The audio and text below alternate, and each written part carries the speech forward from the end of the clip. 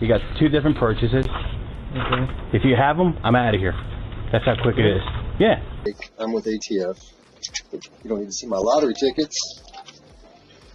I'm with ATF. Law enforcement continues to look for at least one person connected to this fatal shooting incident. Number 5. Gun purchase inquiry encounter. In a recent video making rounds on the internet, the spotlight falls on a peculiar encounter involving ATF agents and a Delaware state trooper. The scene unfolds with an unexpected visit to a man's doorstep, shrouded in suspicions of potential straw purchases. Picture this: 2 ATF agents, casually clad in t-shirts and jeans but sporting tactical vests, accompanied by a state trooper, all armed, standing at the threshold of a seemingly ordinary home. You got 2 different purchases. Okay. If you have them, I'm out of here. That's how quick it is. Yeah. So the idea is when you purchase more than 2 guns at a time, it generates a multiple sale report. Yet, the choice of location raises eyebrows. Why this particular neighborhood? Why this individual? These questions linger as the interaction unfolds. The dialogue hints at a broader debate surrounding privacy invasion and the blurred lines of data collection. The very notion of privacy feels under siege as agents rifle through records of gun purchases without a formal mandate.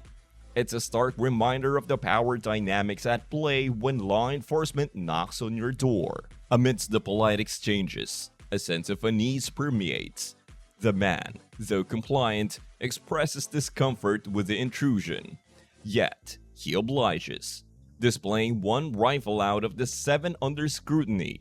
The agent seems satisfied, but doubts linger. Did they truly fulfill their duty, or did they overstep their bounds? Critics are quick to condemn the ATF's tactics, questioning the selective targeting of certain neighborhoods and the lack of transparency in data handling. The conversation extends beyond this singular encounter, delving into the broader implications of gun regulations and law enforcement practices. In the end, the video serves as a sobering reminder of the delicate balance between individual rights and collective security. It prompts reflection on the role of law enforcement in safeguarding communities while respecting the sanctity of personal privacy. As the debate rages on, one thing remains clear: encounters like these are not just about guns, they're about the fundamental principles that define our society. Number 4. FRT triggers, ATF crackdown. Ever heard of a forced reset trigger, FRT? Well, if you haven't, you might want to pay attention, because it's causing quite a stir. Picture this: ATF agents are hitting the streets, knocking on doors, and not for a friendly chat. They're after folks who've dabbled in these controversial firearm accessories, and things are getting heated. Imagine going about your day when, knock knock, the ATF shows up at your door. No, it's not a delivery or a neighbor borrowing sugar. They're on a mission. Armed with paperwork and serious expressions, they're hunting down owners of forced reset triggers, FRTs. It's like a scene from an action movie, but unfortunately, it's real life. What's the deal with FRTs anyway? Well, these little gadgets have landed in hot water with the ATF. Hey, there you go. Hey, sir, how you doing? I'm with ATF. You don't need to see my lottery tickets. I'm with ATF. If he gets caught with it after this point, though, he's on notice as knowing that he's not supposed to have it. So. Okay. So, who's in the crosshairs of the ATF's latest crusade? Well, it could be anyone who's ever shown an interest in FRTs. One unlucky soul found himself in the ATF's sights simply for browsing a seller's gun broker profile. Talk about guilt by association. If you find yourself face to face with ATF agents, here's the drill. Keep calm, stay silent, and document everything. You don't have to let them in, and you certainly shouldn't sign any forms without a fight. It's your Fifth Amendment right after all. In a world where firearm regulations are as complex as a Rubik's Cube, Navigating the ATF's latest escapade requires savvy and smarts. So keep your eyes peeled, your doors closed, and your triggers legal. It's a wild ride out there, folks. Number 3. Black Metal Firearms Incident. In the heart of Mesa, Arizona, a brewing controversy has erupted within the firearm community. Black Metal Firearms LLC, a renowned federal firearms licensee, FFL, and manufacturer, found itself at the center of attention when an ATF investigator was caught red-handed illegally copying their records. Yes, you heard it right.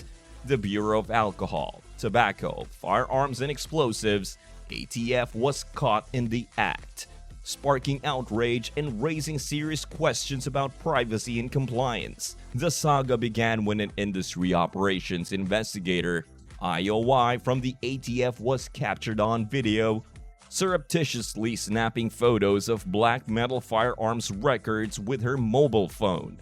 Now, this isn't your run-of-the-mill paperwork.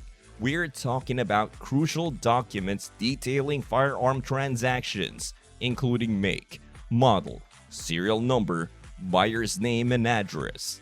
It's the kind of sensitive information that should be handled with the utmost care and legality. What's even more alarming is that the ATF rules, obtaining through a Freedom of Information Act (FOIA) request, clearly state that investigators are only permitted to photocopy specific forms for logging violations. Mass copying? Strictly prohibited. Yet, here we are, witnessing a blatant disregard for protocol. Black Metal Firearms didn't take this violation lightly. They promptly took to Instagram to voice their concerns, revealing that the ATF investigator had photocopied their entire acquisition and disposition logbook without their consent. This not only breaches ATF guidelines, but also raises serious privacy concerns for both the firearm dealer and its customers. But the plot thickens. This incident isn't an isolated one. It's part of a broader trend where FFL revocations are skyrocketing under the Biden administration's zero-tolerance policies. Many of these revocations stem from minor clerical errors, painting a grim picture of overzealous enforcement. As accusations fly and tensions rise, it's clear that the ATF's actions have struck a nerve within the firearm community. With the Second Amendment at stake, every misstep, every violation is scrutinized under a microscope. Will justice be served, or will this incident be swept under the rug? Only time will tell. Number 2. FRT triggers confiscation resistance. In a rain-soaked confrontation caught on camera, ATF agents and local law enforcement officers are seen knocking on doors to confiscate what were once perfectly legal firearm components. The targets of their visit? FRT triggers, which have now been reinterpreted as illegal under new regulations. Picture it: tense exchanges, a refusal to comply, and a staunch defense of individual rights, all unfolding in real time. The protagonist of this scene, clearly unimpressed by the unexpected visit, refuses to play ball. With a steadfast resolve, they assert their rights and refuse to answer any questions thrown their way. It's a showdown between citizen and authority, with the citizen clearly unwilling to budge. But this isn't just about one person's refusal to give up their gear. It's about a deeper frustration with a system that seems to make decisions without consulting the very people it affects. The individual in the video doesn't mince words, calling out the government for overreach and urging viewers to take action. There's a rallying cry amidst the raindrops, a call to arms, not with weapons, but with words. The protagonist implores viewers to contact their representatives to let them know that enough is enough. It's a reminder that in a democracy, power ultimately lies with the people, and it's up to them to hold their leaders accountable. But there's more than just frustration here. There's a sense of urgency. a warning shot fired across the bow of complacency. The protagonist doesn't just urge action, they threaten consequences. Politicians are put on notice. Ignore the will of the people at your own peril. As the video draws to a close, the message is clear. This isn't just about firearms or regulations. It's about the very essence of what it means to be American. It's about survival, of rights, freedom, and the democratic process itself. Number 1. Indiana Shootout. ATF agent wounded. In the heart of Indiana, a routine operation to thwart illegal gun trafficking turned into a harrowing shootout that left an ATF agent fighting for his life and a suspect dead. In the midst of their efforts to dismantle the illicit trade in firearms, federal agents found themselves ambushed by a barrage of gunfire. The chaos erupted, with one brave agent taking a bullet to the chest in the line of duty. As the dust settled in the neighborhood of 6th Avenue and Kentucky, the community was left reeling from the violence that unfolded on their streets. The ATF had been conducting an undercover operation, aiming to stem the flow of illegal firearms into the wrong hands. But their mission took a perilous turn when they were met with unexpected resistance. Raymond Truitt II, the suspect in question, met his end in the exchange of fire, while the wounded agent was rushed to the hospital in critical condition. The ATF agent was critically wounded in a deadly shootout. Law enforcement continues to look for at least one person connected to this fatal shooting incident. And there is no timetable provided on when this fatal shooting investigation will be concluded. Despite being shot multiple times, the agent managed to hold on, clinging to life as the investigation into the shootout unfolded.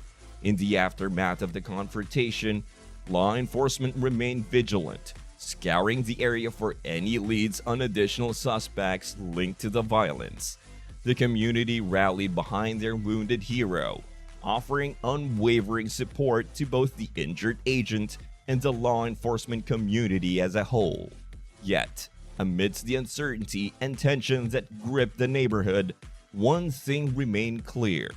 The resolve of those dedicated to upholding the law would not waver in the face of adversity. That's all for this video, folks. See you next time.